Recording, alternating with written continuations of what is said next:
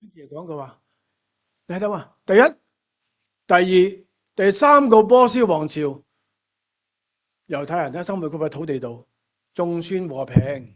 但係第四個王咧，你啲猶太人咧就去面對戰爭啦。跟住又講嘅話，後來必有英勇的王興起，他必執掌大權，任意而行。他興起嘅時候，他的國就破裂，向天的四方分開，卻不歸給他的後代。國勢就不及他掌權嘅時候，因為他的國必被拔出，歸他後代以外的人。呢段經文就係講俾大家聽。嗱，你經歷咗4個波斯王朝之後咧，故事仲未完啊，還有一個王興起，取代呢個波斯帝國啊！但係呢個帝國只不過係曇花一現，當佢最強盛嘅時候，佢死就分裂成4個國家。而且呢4個國家嘅國王咧，都係外人，唔係嗰個英勇嘅王嘅後代做嘅。所以你哋要繼續生活在咩啊？一個英勇嘅王，同埋4個分裂嘅王朝入邊，而且你睇埋國家破裂分開，自己唔係佢後代嘅人，就意味着打仗啊，打贏先做到皇帝啊嘛，係咪？所以佢話：但以理啊，你哋經歷咗4個波斯王朝，呢條路仲未行完啦，還有一個英勇嘅王，還有4個分裂嘅王，你哋將會生活在戰爭入邊啊！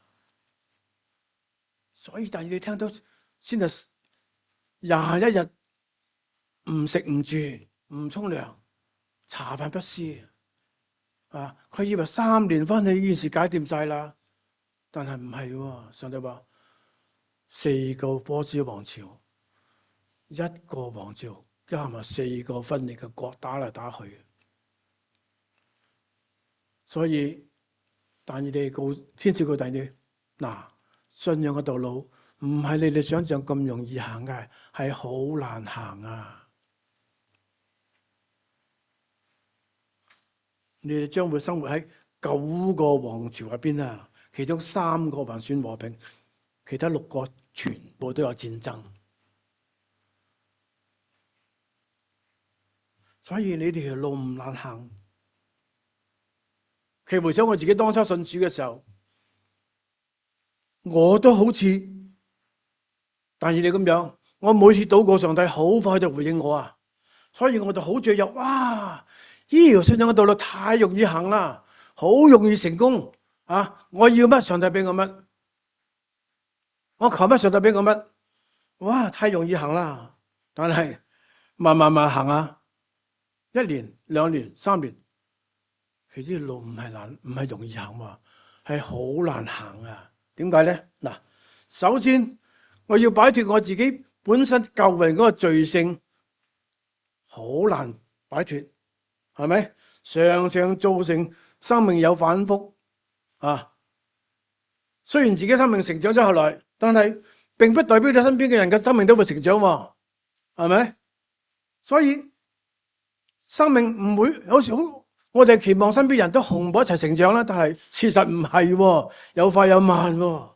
所以當我生命成長嘅時候，身邊人生命未成長；當佢成長嘅時候，我又軟弱咗，咁造成喺信仰當中常常有張力啊。第三個，呢個世界嘅大環境不斷變化，好似波斯帝國咁一代幾個王朝跟住嚟嗰個王朝不斷變化，有時變好，有時變壞，但多數時候都變化係多過呢個時候經歷啊。所以讓我感覺到我哋個基督信仰嗰教導嗰套嘢同世界好脫節啊，知嘛？所以常常讓我感覺到我價值觀同世界嘅價值觀處於妥協、不妥協、妥協、不貼合之間喺度掙扎。所以我唔知大家有冇咁嘅同感？其實呢個信仰道路唔係你想象咁容易行。嗱，你見到但以理聽到天使講嘅話，你哋猶太人咧要經歷波斯帝國要4個王朝，前3個還算和平，第3個因富足，你就開始面對戰爭啊！咁我就從歷史度見到人類歷史真係按照天使所傳係上帝嘅話咁發生喎。嗱，看啊，波斯還有3個王興起，邊3個咧？後來知道啦。第一個王就係岡比西斯二世，就係古列嘅仔，佢征服咗埃及。第二個王就係魏高莫達，就係佢搶人個位嘅，佢係只統治咗暫短幾個月啫。第3個係邊個啊？王朝就係大利烏一世，平定咗叛亂，將波斯帝國發展到最頂峰啦。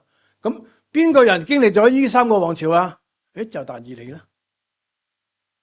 但以理已經經歷咗3個王朝，還經歷埋前邊幾個王朝。咁但以理好長命。咁第4個王點講嘅話？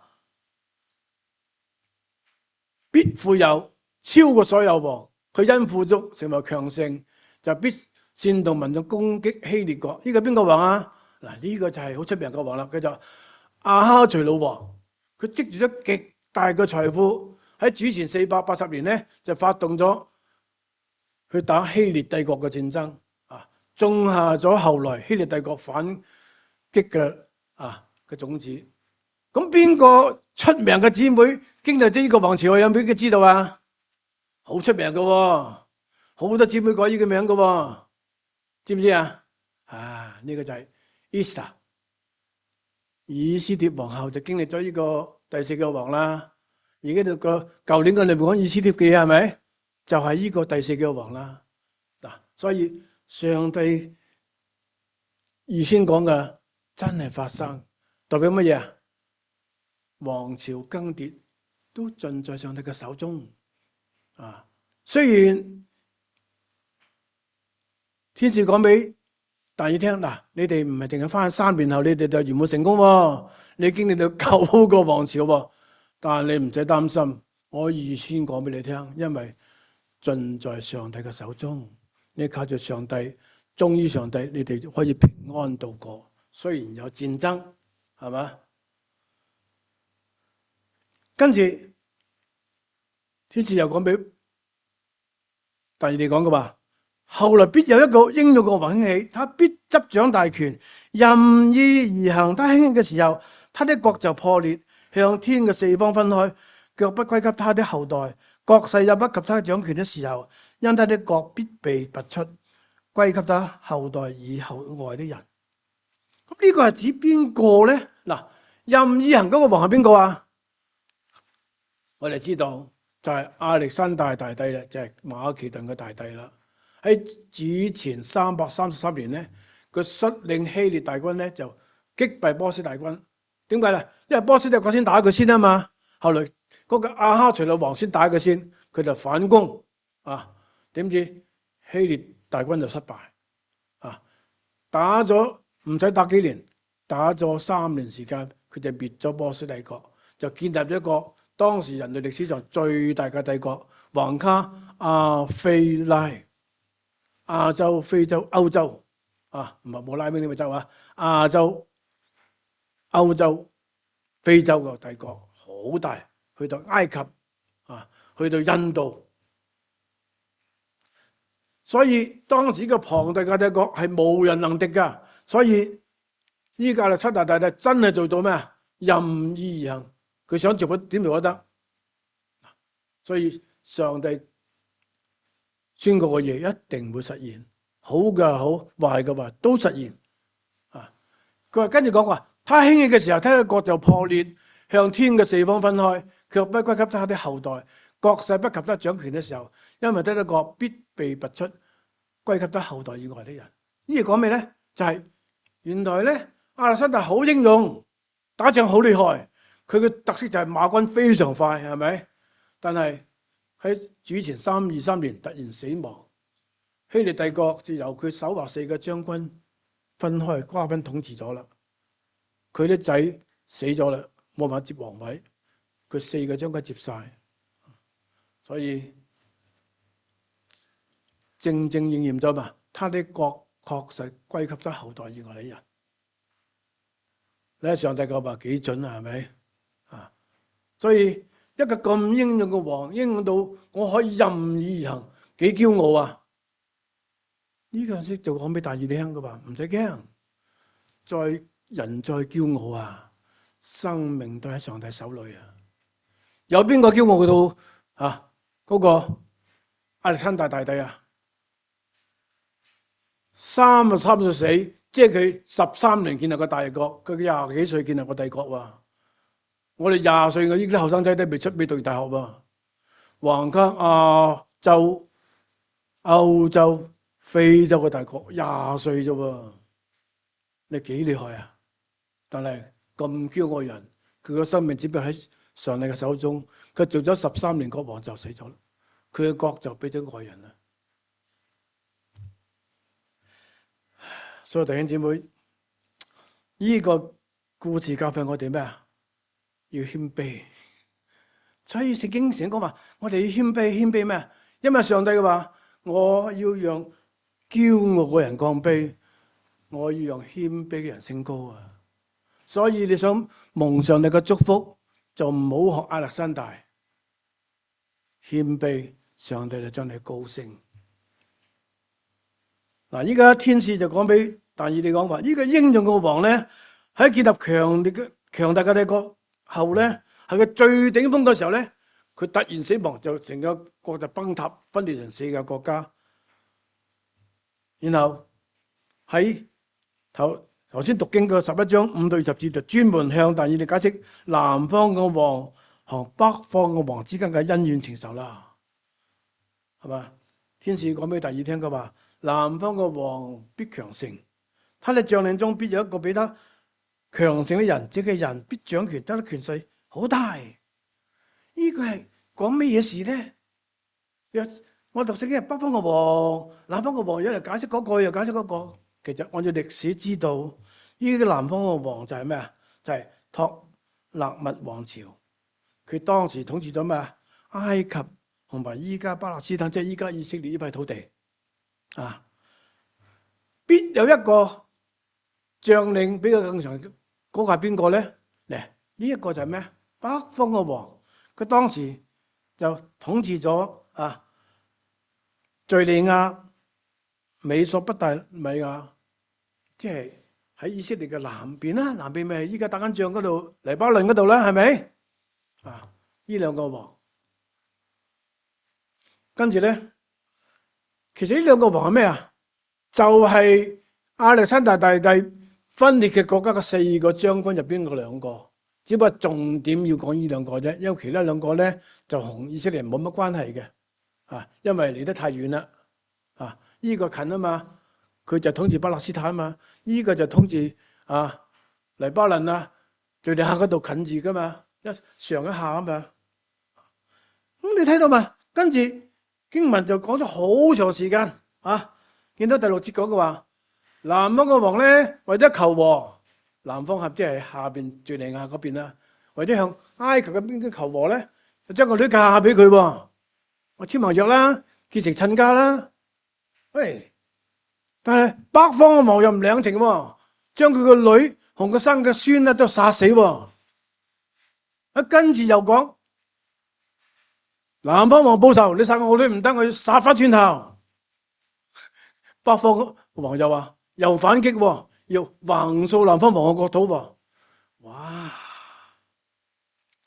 你諗下，呢2個王之間不斷打嚟打去，沒完沒了，足足用咗11章，用咗幾多節經文啊？20幾節經文講，又打呢個，又打呢個。所以頭先即係見你哋讀經讀得咁清楚，咁有耐心，真係為自己感謝神。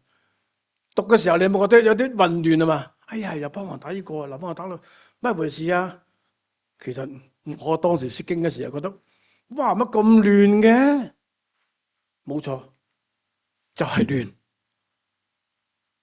你諗下，打嚟打去，打嚟打去，咁呢個世界咁亂，同猶太人有乜關係咧？點解呢個天使特別講呢2個王咧，唔講其他2個王咧？點解啊？因為呢班回歸嘅以色列人就住在佢2王之間嘅耶路撒冷啊！好啦嘛，南方嘅王每次打北方嘅王，點啊？經過耶路撒冷，北方嘅王要反攻南方嘅王，帶兵。佢又經過耶路撒冷，所以我哋中國人好叻啊！佢有句話叫咩？叫做城門失火，殃及池魚。佢哋打嚟打去，走嚟走去，最終受禍嘅咪耶路撒冷嘅人啦，係嘛？耶路撒冷人話：我偏呢邊，偏得北方。我話佢南方打你，我偏北方打你，兩邊都唔偏，兩邊都打你，因為佢都要經過佢屋企門口。所以從歷史睇到，從主前252年到主前187年。總共65年啊！呢兩個王啊，你打我打你，打我打你，每年都經過耶路撒冷。你諗下當時猶太人生活在一個好混亂嘅環境啊，比我哋中國人抗日仲混亂啊，知唔知？但係點解上帝要透過天使提早講俾但以理聽咧？因為不論世界點樣混亂，你記得有上帝在，就係講俾但以理話你啦，嗱，好亂噶，你哋夾喺兩個國之間，上又唔得，右又唔得啊，下又唔得，上面打下邊又關你事，下邊反攻上邊又關你事，打咗65年啦，所以天使提早講咧，嗱，有咁嘅事發生，你唔使擔心，記着有上帝同在，咁你哋唔使驚啦。幾混亂嘅情況你都唔使怕，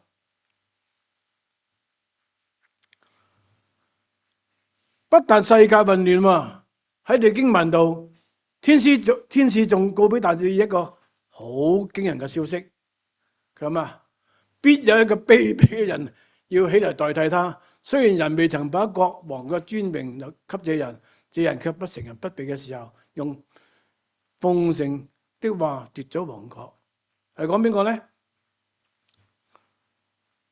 從歷史上，我哋知道呢個人邊個啊？就係安提阿四世。佢用不正當嘅手段奪取咗北方王嘅皇位。當佢打嚟打去嘅時候，其中有一個叫做收稅大王。所以聖經文講話，佢嘅滅亡唔係因打仗，點啊？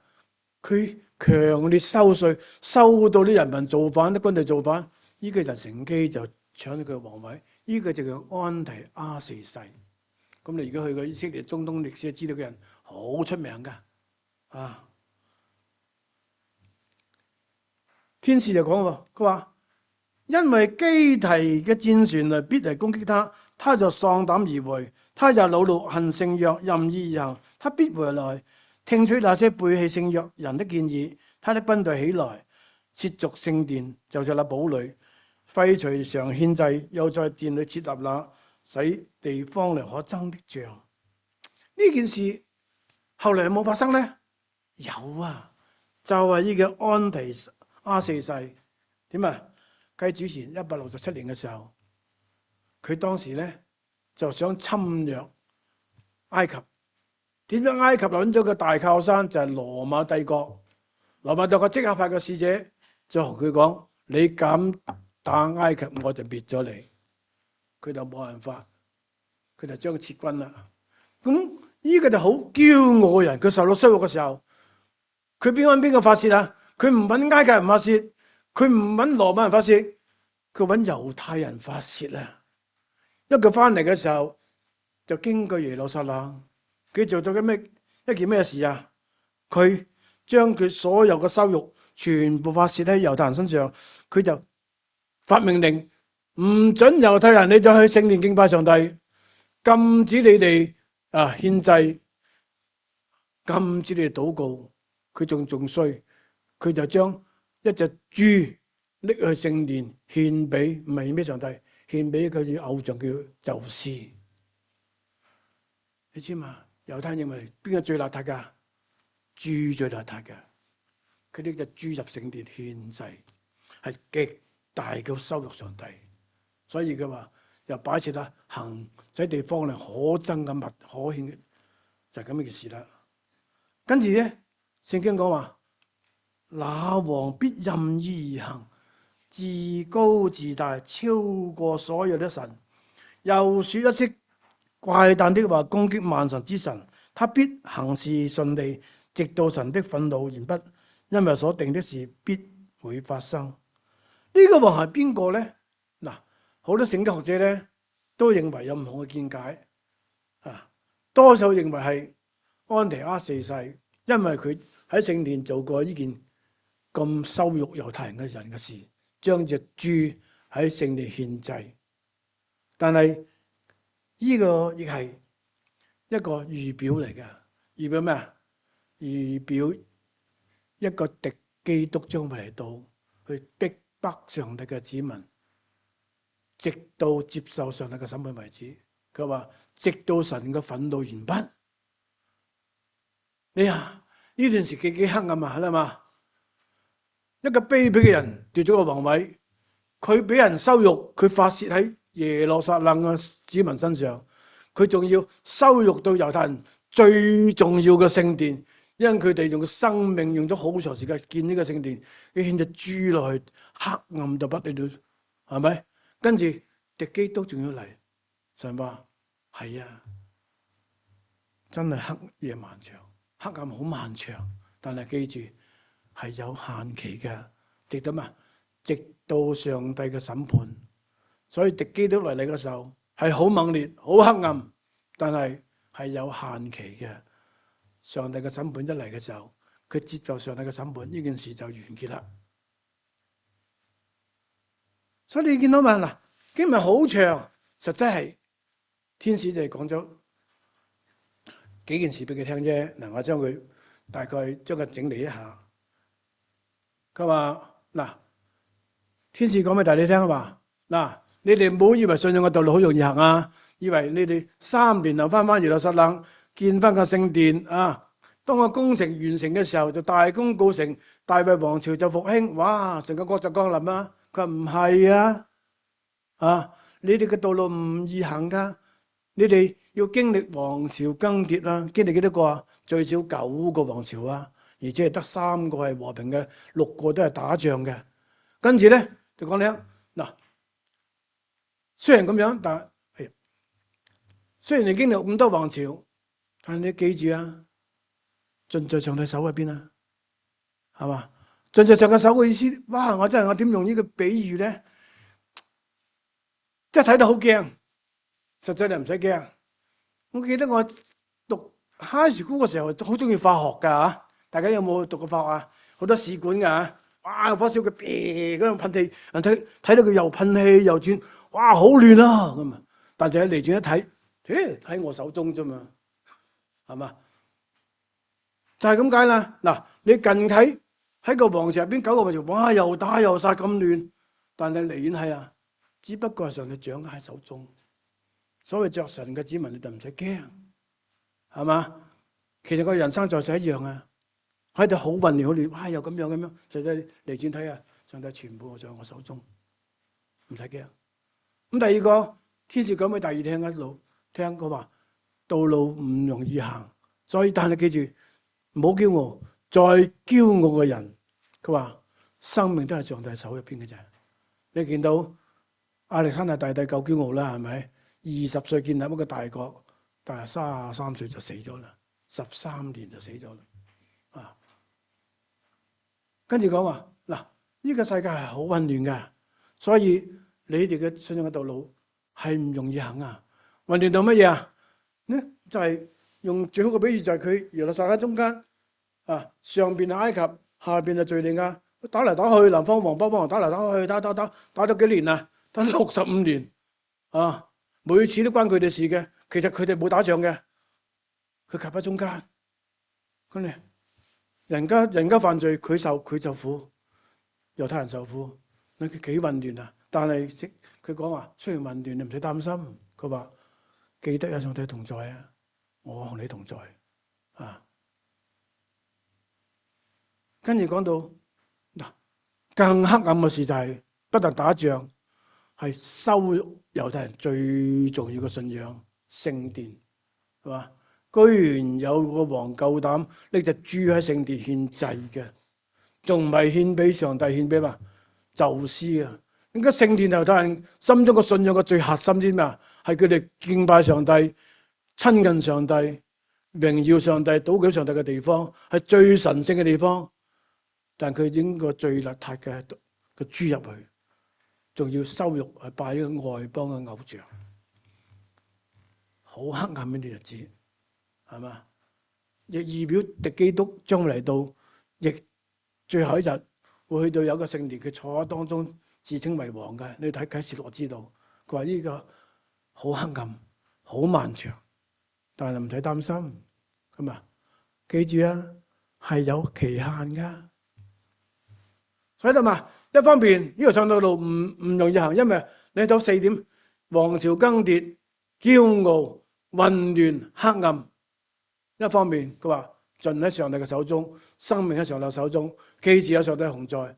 第三個，再黑暗嘅啲時間都會過去，因為有限期，因為上帝嘅審判一定會嚟。上帝嘅審判一嚟嘅時候，所以黑暗都冇晒啦。所以呢啲只不過係你途中經過嘅嘢啫，唔擔心，因為最終你哋係去到呢度。佢話那時你和你的同胞中名錄記錄在冊上的，就必得救。呢個係有期限噶。當嗰日嚟到嘅時候，你同你同胞神嘅子民記錄喺生命冊上嘅人，全部都得救，一切苦難全部結束。咁上帝係咪叫講出俾大家聽？喂，嗱，你條路唔好行啊！嗱，講明聽啊，以前咁多困難噶，你自己行啦，好唔好啊？上帝冇咁做啊！你睇到12章1節點講啊？天使特別提醒但以理講話，那時保護你的同胞的大偉大護衛天使米迦勒必站起來，走嚟做咩啊？站起嚟保護佢哋，保護神嘅子民。跟住講話，必有許多睡在塵土中的人醒過來，有的人要得永生，有的要受辱，永遠被憎惡。弟兄姊妹，今日經文好長好長，實質就係好簡單。上帝將呢條唔容易行嘅信仰嘅道路展示俾但以理睇到，係咯嘛？信仰嘅道路唔容易行，你經歷咗4個艱難，最終去到死人復活，生命得拯救，係咪？嗱，呢個就係上帝透過咁長嘅經文向但以理啟示俾佢。嗱，呢條就係你嘅信仰嘅道路啦，唔容易行，但係一定可以行過去，因為盡在上帝手中，生命在上帝嘅手中，有上帝同在。第二個就最重要嘅係有期限嘅，所以最終一日你會去到新天新地。所以弟兄姊妹，嗱，頭先你讀嘅經文好長啊，我唔知你係用咩心態讀呢個經文咧？你係一個局外人讀啊，人讀我讀幾好，還係一個參與者嚟讀呢個經文咧？嗱，你當然個人嚟讀呢個經文嘅時候，你覺得好長好煩啊，都好讀完啦，不過唔關我事喎。但係你以一個參與者嚟讀咧就唔同咯。呢條咪我要行嘅路咯。弟兄姊妹，無論你意識到或者唔意識到，呢條就係你要行嘅路。其實你決志受洗信耶穌幾個日，唔好意思，你就行咗呢條路啦。在座弟兄姊妹，我哋就係同路人嚟噶。我哋每一個弟兄姊妹信耶穌嘅人都會行緊呢條路啊。如果你要信耶穌基督，你就要行呢條路啊。我哋係同路人啊！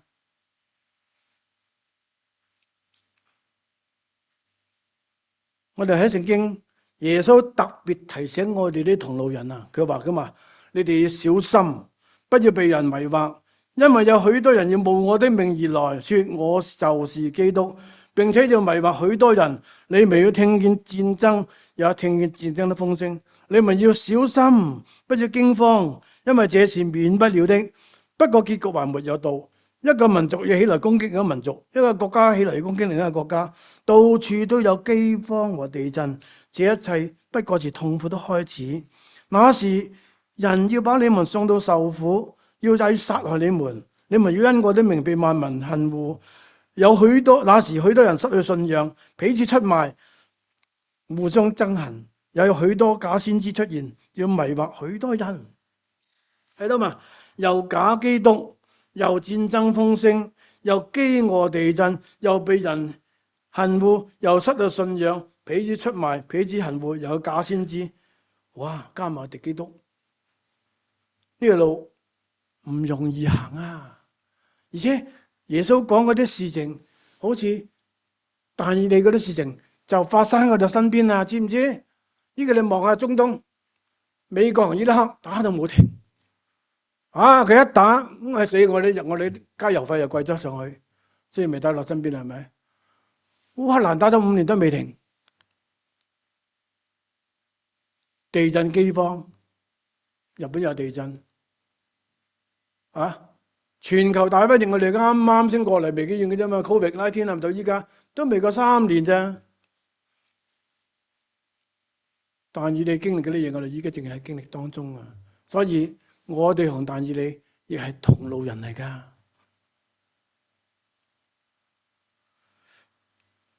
呢條路的確唔易行。如果你到依家以為好易行嘅話，你就俾嗰個帶你信耶穌嘅人呃咗你，唔易行，知唔知？你行落去就知道唔容易行，但係一定會行，因為呢個世界上每個人條路都唔容易行。關鍵你係點樣行嘅問題。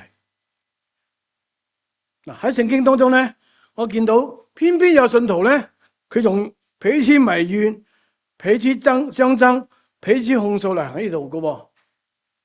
你喺聖經讀到啦，係咪？咁就主，你喺聖經度讀到另一群大多數人咧，係用呢個方法行呢條路嘅。佢係用彼此相愛、彼此接納、彼此侍奉嚟行條路嘅。弟兄姊妹。呢條路係我哋同路人要行噶，你認為呢邊易行啲咧，還係呢邊容易行啲咧？呢邊行得穩妥啲咧，還係呢邊行得穩妥啲咧？呢啲係我哋嘅選擇，路就要行啦。我哋係行路人，你可以選擇呢邊，係咪？我可以選擇呢邊，你可以選擇呢邊。我咧就好中意浪漫首歌。大家知唔知道啊？可能你哋香港人好中意唱噶啦，《獅子山下》我好中意邊一句歌詞，大家有冇聽牧師唱歌啊？嗱，我唱俾你聽啊，唔好聽唔好笑啊！佢話：放開彼此心中矛盾，理想一起去追，最重要呢句啊，同舟人世相隨，無畏更無懼。大家有冇共鳴啊？好有共鳴啊！知唔知？因為大家都知道人生嘅道路唔容易行，所以同舟人要彼此放開心中矛盾，一起同舟共濟，一齊行呢條船行得快，所以先引起咁多歌迷嘅共鳴，係咪？好多人共鳴嘅，我都有共鳴，係嘛？呢首歌唔係我信耶穌之後學嘅，我信耶穌之前已經學識唱嘅咯，你幾有共鳴啊？係咪？所以我哋係同路人嚟講，豈不是對呢邊更加有共鳴？而家你對呢度有共鳴，你就唔正常啦。你對呢度有共鳴就正常啦。因為點解咧？因為呢個唔係羅文唱嘅，呢個係邊個啊？呢個係耶穌基督嘅命令嚟噶，係嘛？耶穌點會落呢個命令啊？因為耶穌知道呢班門徒，呢班當時幼稚嘅門徒，佢以為耶穌復活，佢就可以復興大衛王朝。但係耶穌喺受釘之前，知道佢哋咧將會面對艱難嘅歲月、信仰嘅逼迫，甚至要殉道。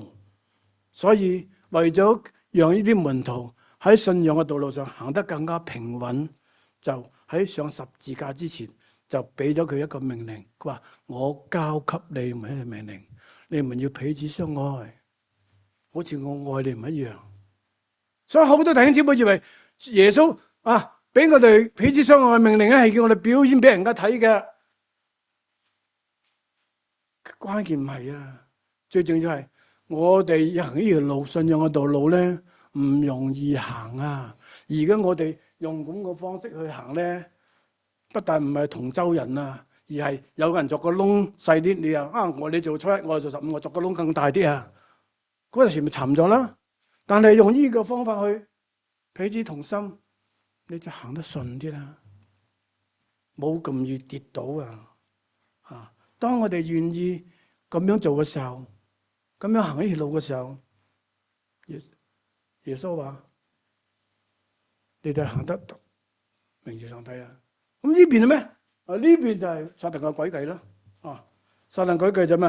撒旦嘅名嘅嘛，上帝嘅敵對者。上帝話東，佢就話西噶啦，係咪？上帝話彼此相愛，好啊，你哋彼此埋怨最好噶啦。上帝話你哋彼此接納，咁咪彼此相爭咯。上帝話你彼此侍奉，你彼此投訴，全部調轉嚟嘅。佢目的咩？目的就係讓你哋行，我哋行得，讓上帝蒙羞啊！弟兄姊妹，無論你願意或者唔願意，意識到或者唔意識到，你信耶穌受洗嗰日，你已經行上呢條路。好啊，但以你同一條路啊，我哋係同路人，關鍵係我哋係點樣去行啊？你咁樣行咧，咪讓帝蒙羞咯；你咁樣行，就讓榮耀上帝咯。雖然呢條路確實唔容易行，但係我哋之間能夠按照上耶穌基督嘅命令，彼此相愛、彼此接納、彼此服侍。嗱，呢位喺歷史當中，我哋見到個全知全能嘅上帝。佢話邊個話興起就邊個興起，邊個滅就邊個滅。邊個打邊個，邊個打邊個。哇！讀聖經，我哋讀到後邊嗰啲經文都好亂，全部全部都實現。所以我哋信嗰個上帝，全知全能嘅上帝，係嘛？我哋生活喺混亂嘅環境當中，就係全部喺佢手中。所以我哋願意彼此間彼此相愛、彼此接納、彼此服侍咧，呢位全知全能嘅上帝就會與我哋同在。當佢與我哋同在嘅時候，我哋就有力量，我哋就行呢條路行得好穩健。行得穩健嘅時候，就榮耀上帝嘅名。弟兄姊妹，祝大家喺條唔容易行嘅天路上咧，憑着信心彼此相愛、彼此守望、彼此扶持，充滿喜樂。邊個得罪你嘅，原諒佢，唔好以惡報惡，對吧？彼此行，一齊同心行，咁樣上帝就與我哋同在，我哋就會榮耀上帝。阿們，多謝大家。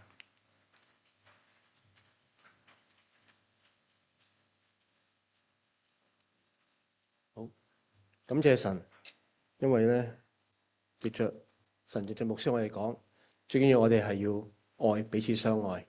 好多咧